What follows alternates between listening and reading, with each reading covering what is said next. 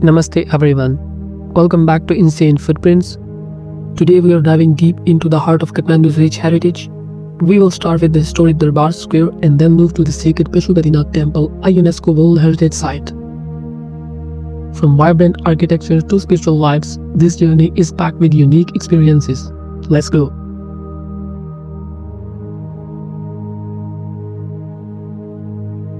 Durbar Square, also known as Kathmandu's old royal palace area, is a treasure trove of history.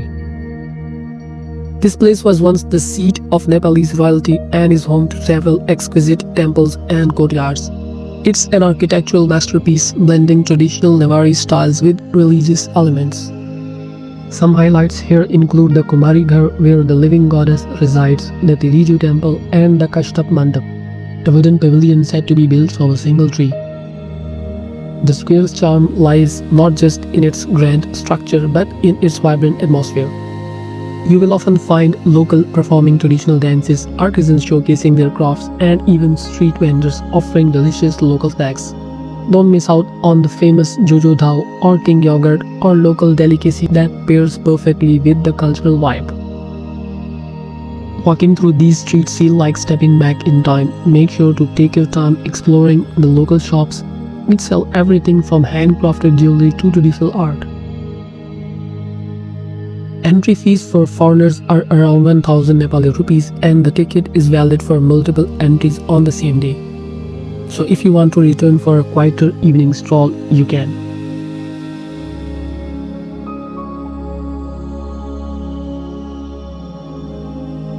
After strolling in Durbar Square for a few hours, let's move to Pashupatinath Temple from Tamil. You can take a local taxi which costs around 300 to 400 or a bus for just 20 to 30 rupees. The journey is only about 15 minutes by taxi or 30 minutes by bus. For those who love walking, it's about a 45-minute stroll through the lively streets of Kathmandu. As you approach Pashupatinath, the streets narrow and you will notice a shift in the atmosphere. The air feels more spiritual with the faint sound of temple bells and the aroma of incense. Vendors line the streets with the marigold garlands, rudraksha beads, and colorful powders used for rituals. The anticipation builds as you see the golden spire of the temple from a distance.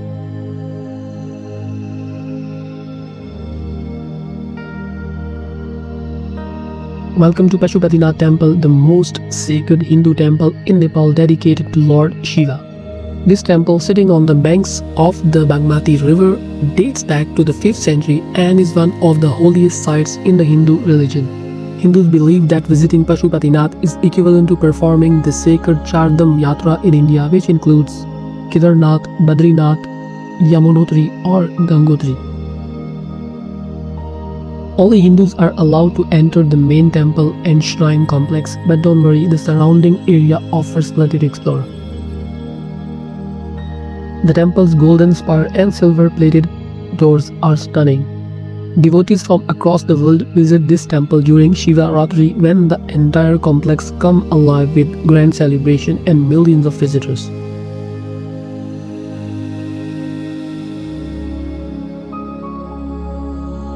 The Pashupatinath temple complex is vast, with multiple smaller temples, shrines, and ashrams surrounding the main shrine.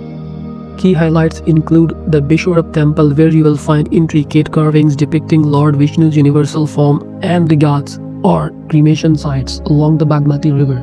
The east bank is primarily for observing rituals, while the west bank is for cremation. The complex is also home to many sadhus or holy men dressed in saffron robes and covered in ash.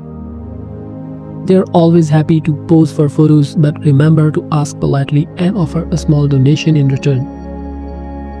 You will also find the deer park nearby, a serene space with lush greenery and a peaceful ambience. Legend has it that Lord Shiva once took the form of a deer here to escape the hassle of Mount Kailash. This area is perfect for some quiet reflection away from the bustling crowds.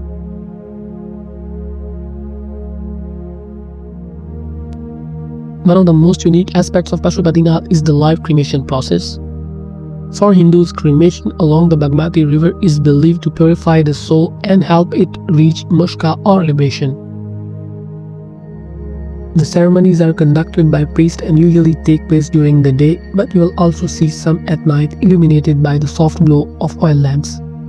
While this may seem unusual to outsiders, it's deeply rooted in Nepali culture and spirituality. Visitors can watch the ceremonies from the east bank at 6 p.m. every day, but remember to be respectful and maintain silence. This is a sacred ritual for families bidding farewell to their loved ones. Another fascinating aspect of the temple is the presence of monkeys. These playful creatures are considered sacred and are often seen climbing the temple walls or enjoying offerings left by devotees. It adds a lively charm to this otherwise solemn place. Here are some quick tips. Wear modest clothing as this is a sacred site. Photography is allowed in most areas but not inside the main temple. The best time to visit is early morning or late afternoon to avoid crowds and catch the Aarti ceremony in the evening. Durbar Square and Pashupatinath Temple are not just places to visit, they are experiences that stay with you. You could easily spend 2 to 3 hours at each location soaking in the history and spirituality. From the vibrant history of Durbar Square to the spiritual essence of Pashupatinath, this journey has been unforgettable. If you enjoyed this video, don't forget to like, comment and subscribe. Let me know in the comments what you'd like to see next. Until then, keep exploring and making insane footprints. See you in the next one.